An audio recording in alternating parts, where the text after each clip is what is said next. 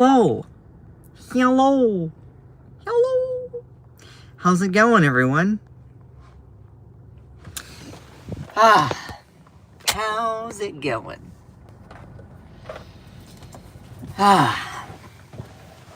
Just waiting for everyone to jump in here. If you are one of those people, I say this almost every single morning. If you're one of these people that is viewing the live stream after it's been posted, shh, you're my favorite. Because not many people end up viewing the live streams after they're posted. So, you're my favorite. We have a lot to get to today. And I'm actually earlier than normal. I would ideally like to get the show starting at 8:30 a.m. Eastern Standard Time.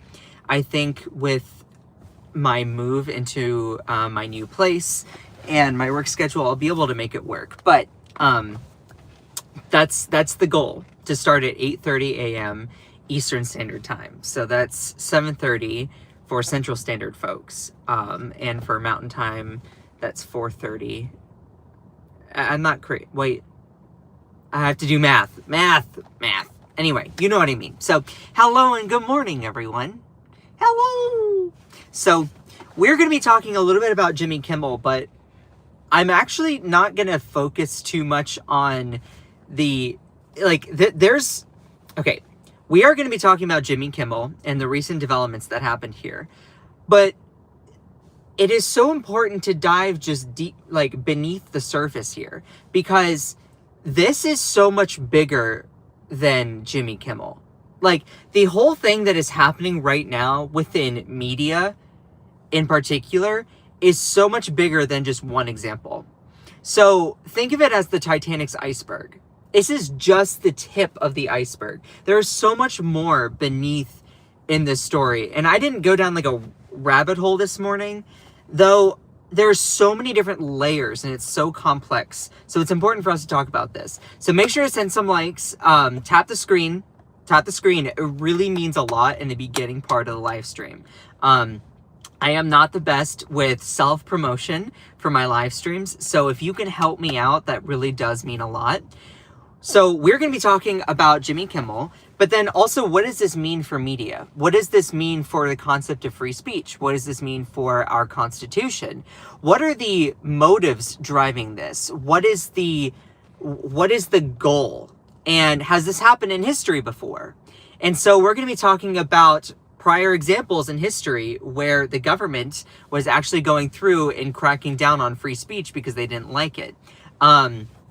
But then also, we're going to be talking about, and giving that historical example, we're also going to be talking about the paradox of free speech. So there are a lot of people in this country that believe that, oh, well, my freedom of speech is the freedom to silence yours. No, that's not how that works. There's also a difference between being deplatformed and being canceled. So this is being deplatformed. If you create a slamming video about someone and you condemn their opinion or you strongly disagree with them, that's being canceled, but that's not being deplatformed. And so there's an element that goes along with free speech there. So we're going to be talking about a lot of different stuff. Let's not do civil war. That's childish. We don't need to do that kind of crap. We're adults here, hopefully. So, I appreciate every single one of you. So we are going to start with Jimmy Kimmel. And this isn't really even about Jimmy Kimmel. I'm not going to talk about specifically him or all of that stuff. This is so much bigger than that. So make sure to tap the screen. I love all of you. Oh my God, little meat. Let's not do that. So ABC, for those people who are I don't know what's happening with this whole thing. I just got off the Charlie Kirk situation. We were just on the Epstein files. The news moves so fast. I'm here to give you the information. You don't have to agree with my opinions. That's fine. You don't have to. Let me just give you some basic information here. So the news channel, ABC is owned by Disney. So in corporate structures, there's a lot of different media companies that have under them other media companies. So Warner Brothers Discovery. And then you have CBS. CBS is owned by Paramount. And so ABC is owned by Disney. So you have this corporate consolidation that happens where you have the leadership of a whole bunch of different news stations is owned by one person. And I mean, that's corporate consolidation at its finest. So just to put into perspective here, ABC is owned by Disney. All right. So ABC suspends Jimmy Kimmel Live after Trump's FCC, that stands for the FCC is the people who do, it's led by Brennan Carr. He is, they do like the media infrastructure and stuff like that. The Federal Communications Commission, I believe, is what FCC stands for. So ABC announced on Wednesday, and make sure to tap the screen. Tap the screen. It really means a lot. I love all of you. ABC announced on Wednesday that it has suspended Jimmy Kimmel Live due to his comments that Jimmy Kimmel made after the assassination of conservative activist Charlie Kirk. The move came moments after Nextstar, which owns dozens of affiliate ABC stations across the country, said it would preemptively preempt the show for the foreseeable future. So basically they're saying, hey, we're not gonna have this show anymore. And this all comes as the Federal Communications Federal Communications Commission Chair, Brennan Carr, who was one of the architects of Project 2025. His name was all over it. That's just a fact. Threatened ABC over comments Kimmel made about Kirk's alleged assassin. Now, pause. I'm not going to be talking about Charlie Kirk here. This is not going to be a discussion about that. I'm not going to go into that. I've already talked about it. Cool? I'm simply just pointing out here, Jimmy Kimmel had a take. And this network decided, we're just going to deplatform you. Think of it if it goes other directions.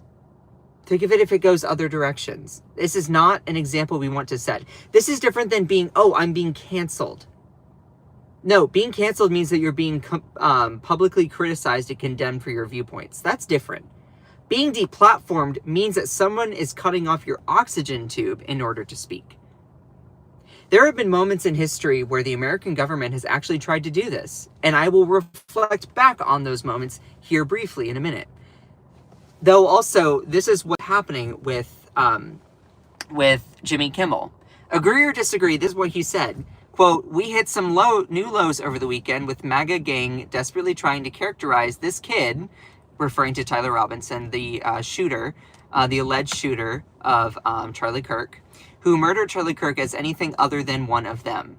Frankly, when you see stuff like this, Nextstar did not specifically, words, I can't English today, specify which remarks prompted the decision. So Jimmy Kimmel basically said, hey, we hit some new lows over the weekend with this MAGA gang desperately trying to characterize this kid who murdered Charlie Kirk as anything other than one of them. Now, agree or disagree, that's not the point here. He said this thing on his show, okay? Same way that Charlie Kirk says a lot of things on his show. Some of Charlie Kirk's well-known comments were, quote, empathy is a new age term that I think does a lot more damage, saying that, unfortunately, some gun deaths are the unfortunate results of needing to protect the Second Amendment. Those are some of Charlie Kirk's quotes. Now, I'm simply pointing out here that if you are going to deplatform someone because of something that they said, then that is eliminating the opportunity for free speech. Now, you're like, okay, well, wait a minute. There have been things that Fox has said that the Democrats have been like, yeah, well, that's blatantly false. We're going to sue you for defamation. Defamation is when you as a media company is willingly going around actual raw facts and information to spew wrong things. So being sued for defamation means that, you're basically spreading lies and propaganda. So that's why Fox was sued for that. Now, that's also the job of a media company, to report factual information. So you're actually going against your own oath. But we'll get into that later. But this is what the FCC chairman said. And by the way, if you're one of these rage typing people that's trying to get my attention in the comments, just save your breath, because I don't read the comments on my live stream. I don't. I'm sorry. I miss positive comments as well. It really bugs me. Though, if you're one of these people that's like rage typing to get this little cute gay guy's attention, then literally scroll on. Minding your own business is free. Okay? Just seriously, save your breath. I'm not going to respond. So, frankly, when you see stuff like this, I mean, look, we can do this the easy way or the hard way, Carr said on Wednesday. These companies can find ways to change conduct and take action, frankly, on Kimmel, or there's going to be additional work for the FCC ahead. Now, when you look at this, when you look at that, you're like, wait a minute, hold on. Is the FCC chair basically threatening ABC to capitulate to them? Or they're going to take drastic actions? Yes. The Federal Communications Commission chair, Brendan Carr, one of the architects of Project 2025, his name was plastered on the book, Project 2025, the whole document, is basically saying, we can do this the easy way or the hard way. These companies can find ways to change conduct and take action, or there's going to be additional work for the FCC. Basically assuming, hey, you can either deplatform people that we don't like, or we can make it really, really difficult for you all. Imagine if this was said under a Democratic administration. If this was said, regardless of your political orientation, imagine if this was said on the other side of where you are. You would look at this and be like, oh my God. So you're basically saying that if they're not canceling this person, then you're going to take drastic action? Yes, that is what this is here. So, and I want to actually dive into it, because the whole thing with Jimmy Kimmel is just scraping the surface. Make sure to tap the screen. I love all of you. I know I'm kind of all over the place today, but I promise this has a really, really good, this is, I can't English. Hold on. Let me take a sip of water. There is a really, really important thing here that I don't think is getting enough attention. So with ABC suspending Jimmy Kimmel over his comments about Charlie Kirk, whether you agree or disagree, basically they're saying, hey, I don't like what you said. Frankly, we can do this the easy way or the hard way. These companies can find ways to change conduct, meaning get rid of people that voice political opinions we don't like, or there's going to be additional work for the FCC ahead, where the FCC has already said that they are looking into revoking the licenses of news networks that they do not like, that share political opinions that they disagree with. That is just objectively happening, and you'll see later on in the live stream. But you're like, well, why is this happening? So, as I said earlier, ABC is one portion of the company Disney. Disney owns ABC, the same way that Paramount owns CBS. These big media companies care more about one thing than anything else, and that's money. So last month, Nextstar CEO Perry Sook praised the Trump administration after the company announced it was acquiring its rival TEGNA as part of a $6.2 billion deal, which is pending approval from Carr's FCC. So what's interesting is that we are seeing capitulations from big media companies, including Paramount and including Disney, because they want something from the FCC, the Federal Communications Commission. They want approval to merge with other big conglomerates. We saw this with CBS. So in July, CBS canceled The Late Show with Stephen Colbert. Whether you agree or disagree with him, completely besides the matter. That's not what we're talking about. But in July, CBS canceled that show just weeks after Paramount, the network's parent company, paid President Trump $16 million to settle a defamation lawsuit. And then less than 2 weeks after Colbert's cancellation, the Federal Communications Commission approved Paramount's bid to merge with Skydance, a media company owned by David Ellison. So you're like, well, wait a minute. So they basically threw Stephen Colbert under the bus and paid Trump $16 million to basically acquire the FCC's good graces to then merge companies? Yes. Now, put aside the political opinions on everything right now. If you're looking at that, isn't that like just a quid pro quo? All right, so we're just going to throw this person under the bus that you don't like. It's basically Paramount sucking up to the government. It's the same way with Disney, sucking up to the government. They don't care about the principles of what they're saying. They're like, okay, well, we want to merge. We want to consolidate corporate power more and more and more. Who cares if we have to throw someone under the bus? That's what this is. This is American greed and avarice at its highest. Put aside the political opinions for a second. This is what is one of the biggest problems in America right now. Seriously, like, put aside the whole thing of the political stances of Jimmy Kimmel or Stephen Colbert.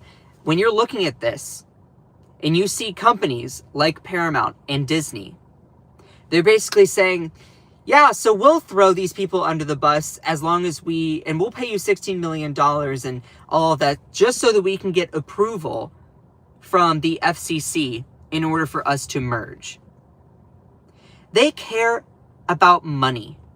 They don't care about principles. They don't care about morality. They don't care about a message. They only care about money. And this is the thing. This kind of thing is what is destroying America. This is why you're seeing, there's been a trend over the past 20 years that these companies, in order to build more and more and more profit, they're just going to swallow up more and more companies.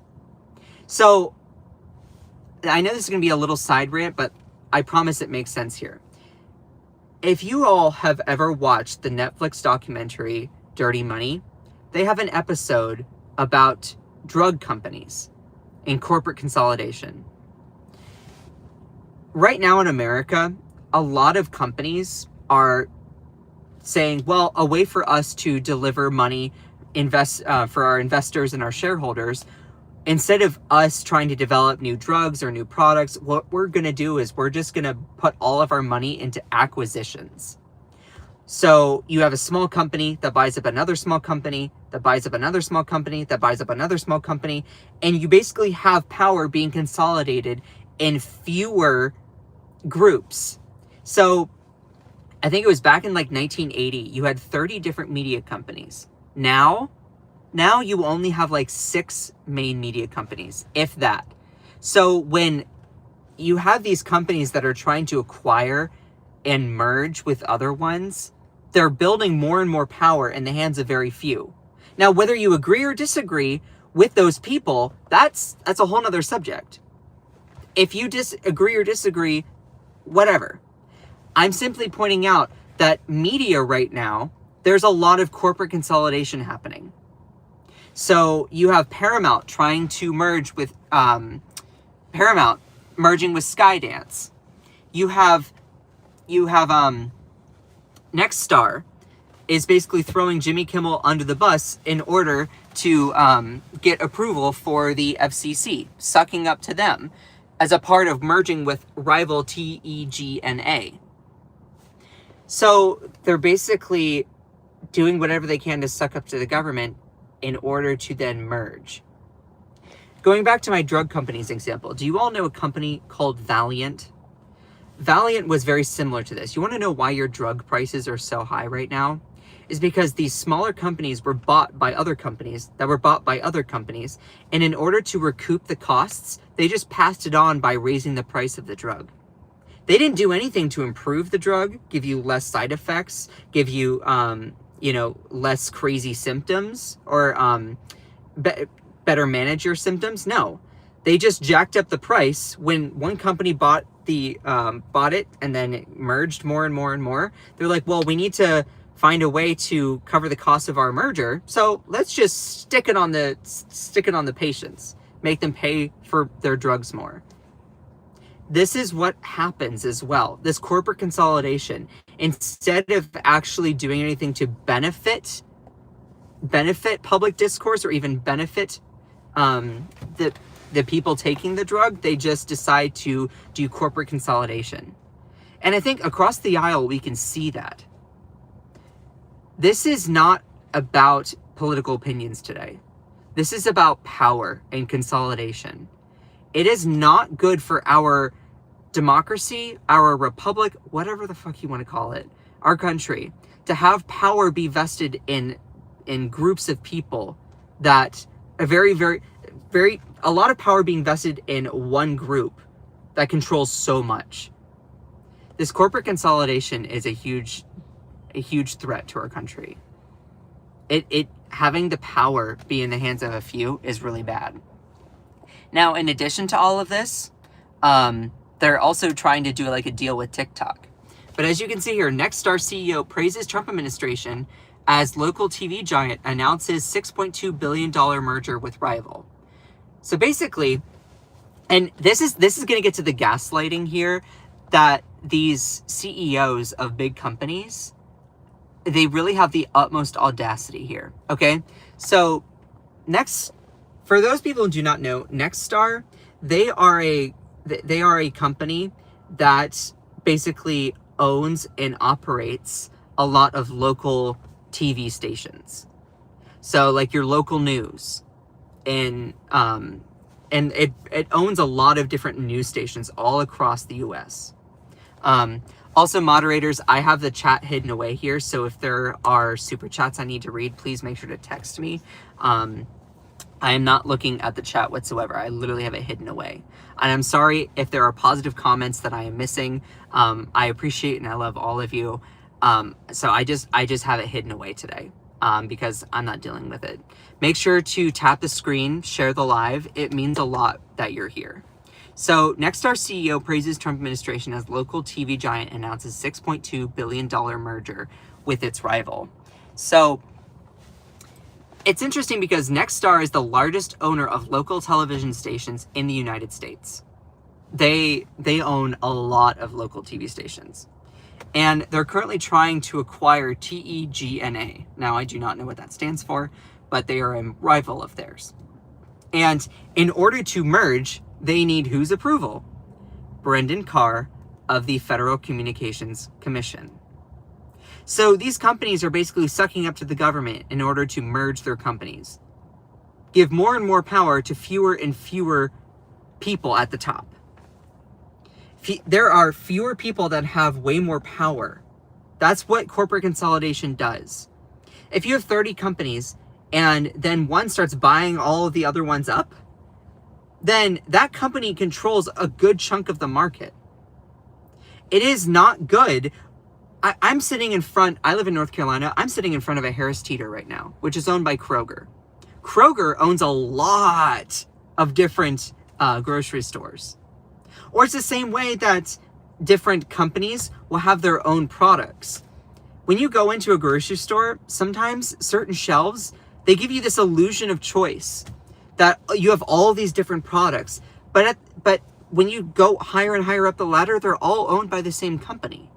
One of my biggest videos that's ever gone viral is about corporate consolidation. And so this is happening at massive speeds. Whether you agree or disagree with the corporation, put that aside for a sec. When you have so much power given to just a small group of people at the top, that small group of people can severely control so much. Whether it helps or hinders you, doesn't matter.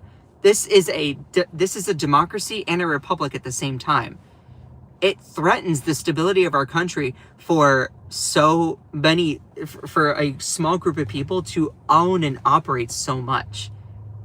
Yet, Nextstar is sucking up to the government, the Federal Communications Commission Chair Brendan Carr, being like, hey, can you help us merge with another company so that we have more control? So, Nextstar, the largest owner of local television stations in the U.S., announced Tuesday that it would be acquiring rival Tenga in a $6.2 billion mega deal that would reshape the landscape of local media as the Trump administration seems poised to loosen regulatory limits. In fact, seemingly alluding to the presumption that Trump's handpicked FCC chief, Brendan Carr, would approve the deal, despite current restrictions in place. So there are laws set in place that one company cannot have over a third of the market share for local television stations. Guess who's trying to break that? So Nextstar CEO Perry Sook heaped praise on the administration in his company's announcement of the deal. And here's the thing. Right now, the current limit for one company owning the market here is 39%. With this, if this deal goes through between Nextstar and Tenga, they would control 80% of all local television stations. Whether you agree or disagree with their style of reporting, that doesn't matter. This isn't even today. I'm not going into political ideologies, opinions, beliefs. That's not what the point is. The point is the fact that when a group of people control so much of how media is represented, whether you agree or disagree, that goes against the whole fabric of the freedom of speech in our country. And Perry Sook, the CEO, has the audacity to say, quote, "The initiatives being pursued by the Trump administration offer local broadcasters the opportunity to expand reach, level the playing field, and compete more effectively with the big tech and legacy big media companies that have unchecked reach and vast financial resources." Dude, you are the fucking big tech company, big media company, unchecked reach. He has the audacity. This is the guy who's like, oh yeah, this gives local TV stations. Local TV stations owned and operated by who? By whom? Perry? Seriously, like, what the, like, and these people think that Americans are stupid. They think that people are not going to notice this because they control so much of media in general that they can just brainwash people. It's so frustrating. Here, I'm just trying to give you the raw information. You don't have to agree with my takes or opinions. But like, you see this. He's like, oh yeah, well, we're giving the opportunity for local broadcasters to compete. No, you're not. You're trying to merge with the one other rival. See, here's the thing. As Deadline Date Hayes reports, the merger challenges decade-old limits on control of local media, as the new company would control 265 local TV stations across 44 states and the District of Columbia, representing about 80% of American households. So one media company, agree or disagree with how they go about things, would own and operate 80% of all local TV stations. This is what George Orwell was talking about in 1984. Like, this is massive amounts of control being in the hands of one company. And that's just scary. The FCC is poised to push this approval through. Now, if you're one of these people that's like, well, is Nextstar ideologically aligned or not aligned with me? That's not the point. I'm going to show you the answer to that question in a minute. But regardless of your political viewpoints, let's say that Nextstar is 100% super far left and woke. Right-wingers would be literally having a huge fit about this. Now, let's say that Nextstar is super far right. Then a lot of people would be like, oh yeah, well, that's really bad. It's really bad, them having that much power. It's not about the political opinion here. Now, to answer your question, to answer that, I looked up Nextstar Media Group. They're pretty split half and half. Except they do give a little bit more to Republicans when it comes to their lobbying. This is their CEO, Perry A. Sook. I don't really know him too well. But here's the thing. He's basically saying it's evident that the antiquated ownership caps applied to broadcasters do not reflect the reality of today's competitive media environment. What the fuck does that even mean? We believe that there is value to be created for our shareholders through further consolidation. There's value for us when we go through and acquire more control over local media, is basically what he's saying. And it's so funny because he's saying, oh, well, Americans want and deserve fact-based, unbiased local news. Well, first off, the Nextstar is not unbiased in that sense. Like, they say that they're unbiased, but if you really cared and, you know, and had pride in your news network, you wouldn't be trying to eliminate your competition. See, and this is the thing. This is where free speech is under attack in this country. So, it's so frustrating. Barry Weiss at one point was like, yeah, this whole deal is a devil's bargain. And I'm like, yeah, I feel like that's very, very true.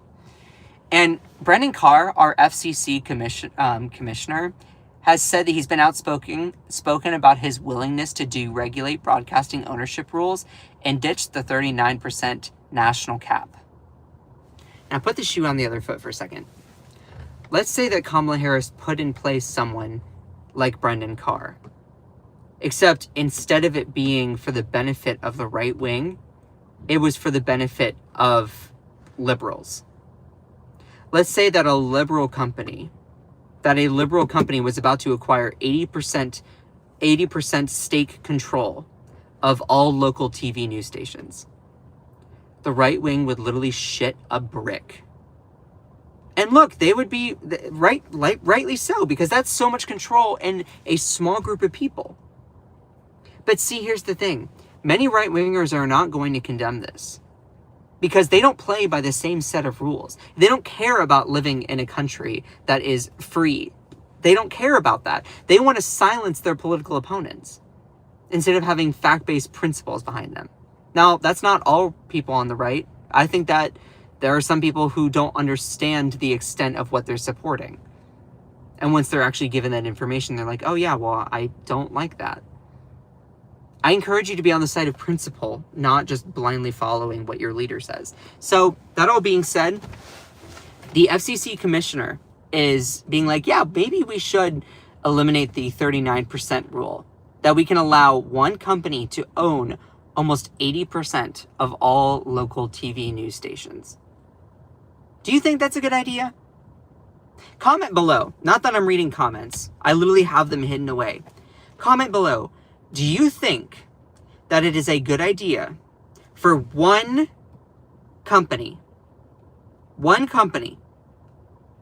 Nextstar, whatever it's called, to own and operate 80% of local TV stations? Do you think that's a good idea? Yes or no?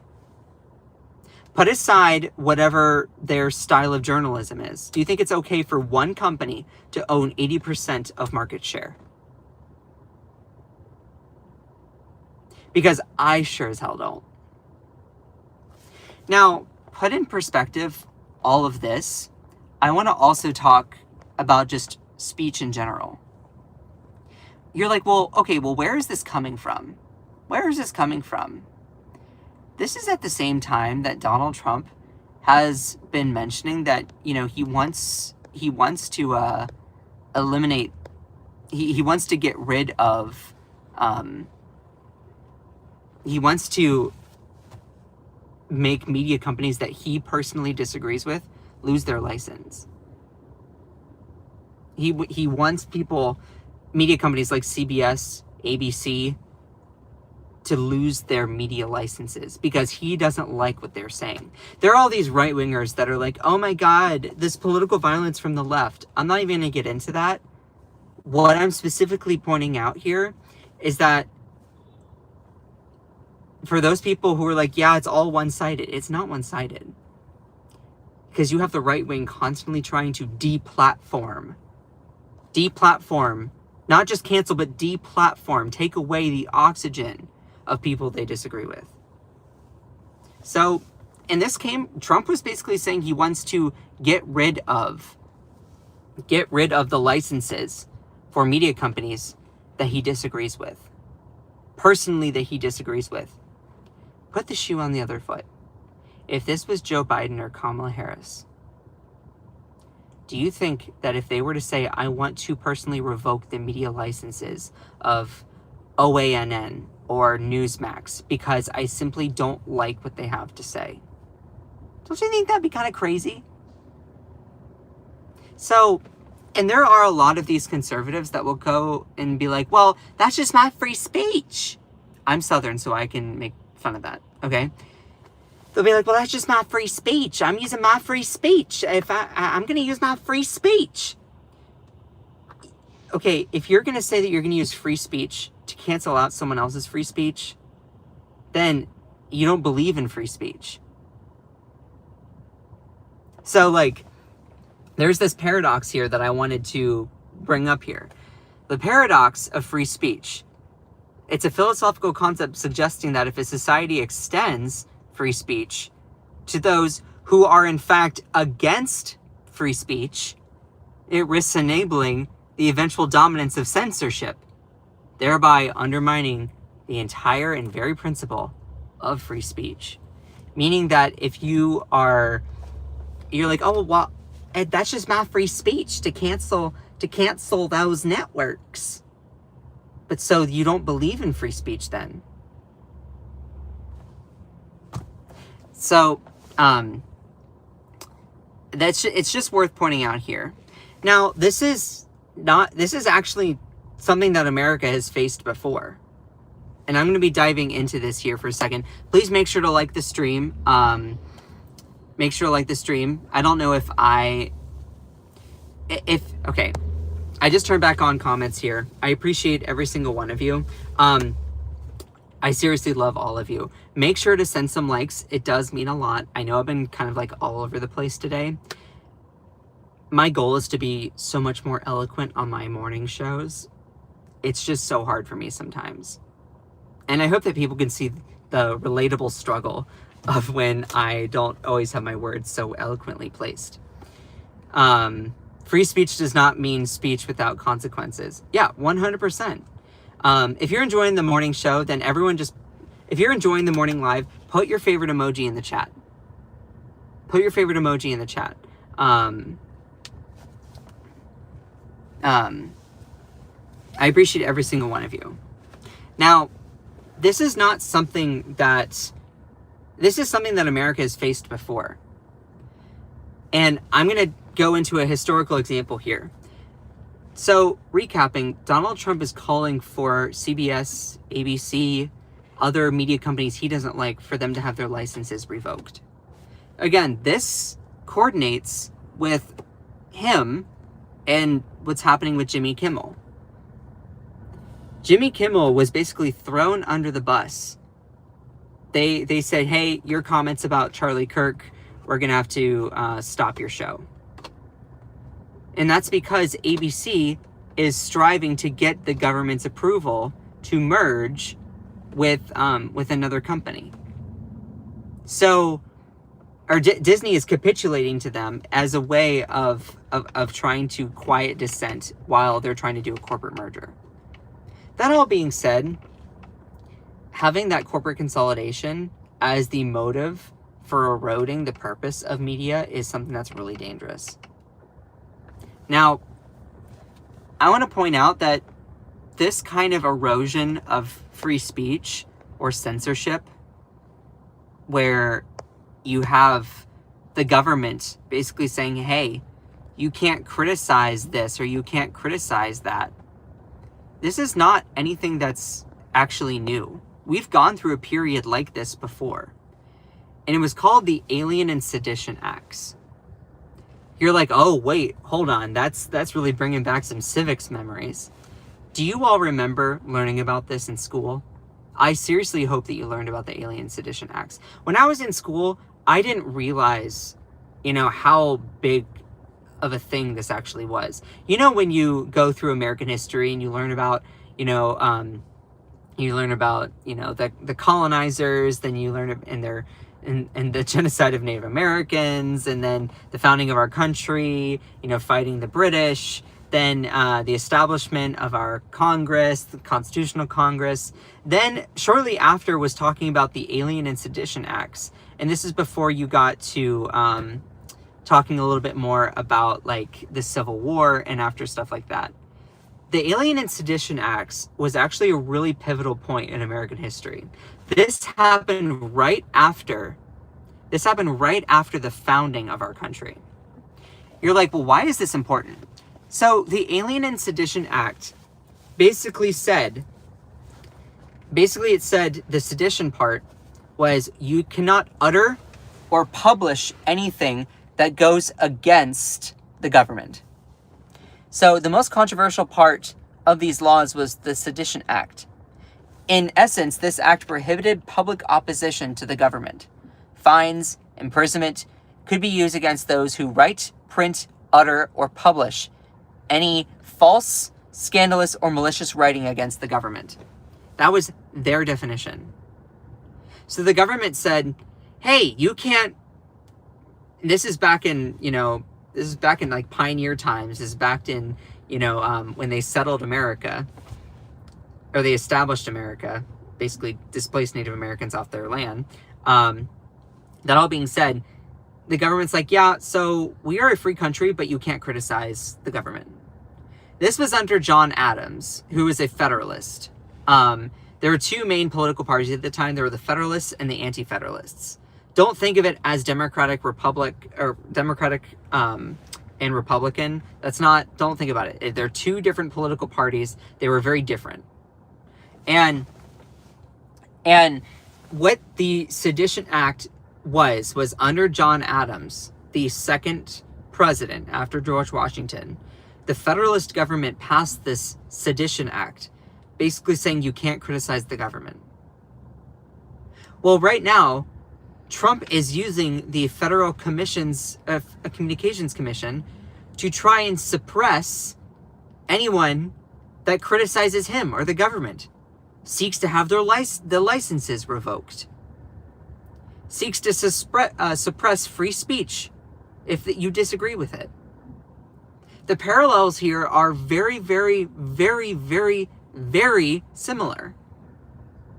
So, and put in context, this was right after the founding of our country. So right after they were talking about freedom from oppression, freedom from England, freedom to, run your own life on this distant land, the government was like, you know what? Actually, no, you can't criticize us. Well, the government doesn't get to dictate what is or is not free speech. They don't get to dictate, okay, I don't like what you're saying, citizen. Put the shoe on the other foot. Like, if this was a Democratic government doing this, you wouldn't like it either. And so it's important to point this out that America has actually gone through this at one point. Under the terms of the law, over 20 Democratic Republican newspaper editors were arrested and even imprisoned, some of them. The most dramatic victim of the law was Representative Matthew Lyon of Vermont. His letter that criticized President Adams' unbounded thirst for ridiculous pomp, foolish adulation, and self-avarice caused him to be imprisoned. Vermont. Think about, that's like Bernie Sanders criticizing Trump for passing and using the FCC to silence critical voices, and then being tossed in prison in that sense. While the Federalists sent Lyon to prison for his opinions, his constituents reelected him to Congress even from his jail cell. So this is the thing. Right now, America is being tested in a similar parallel with the Alien and Sedition Acts. Because under everything happening with Jimmy Kimmel and Stephen Colbert of The Late Show, they are trying to go through and suppress speech they do not like. They are using the FCC in order to do that. The hand-picked leader of the FCC, Brennan Carr, was one of the architects of Project 2025. So, and with all of this, these corporate media companies are are salivating at the fact at owning more and more and more of the market, because that pleases their shareholders, that pleases their investors. Consolidating more and more power into the hands of a few people at the top. Now, regardless of who those few people are, their political opinions, their viewpoints, that doesn't matter. When you cannot have a democracy or a republic that is founded on the idea of equality and equity for all people, even though it's been flawed throughout the years and we've known that, you cannot have so much power be vested in such a small group of people and expect a stable democracy and a stable republic to function. Because inevitably, this is a country by and for the people, no matter how flawed we are. The fact that right now, big corporations are sucking up to the government, trying to do whatever they can to get these approvals to go through, means that they only care about money, not even the principle, not caring about the country, not caring about morality. This is super, super dangerous. And I cannot ignore the parallels between this and the Alien and Sedition Acts. So, anyway, I hope that all makes sense. And I also want to point out one other thing here, because we're talking about the paradox of free speech. Again, if you're one of these people that is like, well, that's just my speech. That's my speech to cancel yours. No. You can criticize, you can condemn, you can make a video, you can post it about whatever you want in that sense, as long as you abide by like the guidelines and all that stuff. My point is here, there's a difference between being canceled and being deplatformed. You can use your free speech to cancel someone else. Cancel, meaning like condemn them, put them in the public eye and give them a lot of criticism. People have done that to me, whether it's justified or not. There's a difference between being canceled and being deplatformed. So right now you have, that's like being deplatformed is like the Alien and Sedition Acts, attempting to remove the media licenses of outlets that you personally disagree with. Or when Elon Musk was banning journalists from X that criticized him. That's very different from this, being canceled. You could argue that I'm trying to cancel, in a sense, I'm trying to criticize, condemn Nextstar or the FCC or Brennan Carr. I'm not trying to eliminate their ability to speak. Being canceled means you are being condemned, called out, being held accountable. Doesn't mean that I'm going to physically take away their ability, their right to speak. And I don't think many people on the right understand this. Being deplatformed means that you are eliminating like Fox or Ben Shapiro's show. That's deplatforming. Now, it's important to point that out in context because there's a difference between being canceled and being deplatformed. Now, with all that being said, I need to get to work. I love all of you so much, even if you don't like me. I hope that what I'm sharing really does help you in this political moment. Whether you agree or disagree, that's up to you. Though I'm also just trying to put this in perspective here and give some context. The way that we fought the Alien Sedition Acts, I need to look further into because I can't not see the obvious parallels between the two. So, I love all of you so much, even if you don't like me. So I love all of you, and don't go around spreading anger and hate and stuff like that. Just don't do it. Don't. Why? I'm your fellow American citizen here. It's really childish when people will stoop to that kind of thing. Do you think it's okay for so much power to be vested in a small group of people at the top, regardless of what those people stand for? I don't. if you don't like that, then you, and like, if you like having a small group of people controlling so much, that's literally what fascism or authoritarianism or like being a dictator really is. I don't like that. Even if that group of people is something that I ideologically am aligned with, then I'm going to be like, yeah, dude, that's not okay. That really does not go, that does not vibe with the whole idea of America right now. But there are many MAGA people that are so brainwashed into just going for cheering for Team Red because that's all that they've ever known, instead of actually standing on principle. So for the people who stand on principle and that you're with me in this, great. I love all of you. So anyway, I love all of you so much. Seriously, it means a lot that you all are here, and I need to get to work. Shout out to my amazing moderators. Texas says, I'm not with you. Okay. You know, we'll be over here partying and trying to save our country and democracy. You know, when you want to join us, you can. Okay? Anyway, I appreciate every single one of you. And shout out to my amazing moderators in here. Kate, Cherie, Elisa, Kantisa. I love all of you so much. Cherie, Akicha. I always try to make sure I don't forget or leave out any of my moderators. Elisa, Kantisa, Joanna Tech, Ellie. I love you, Ellie.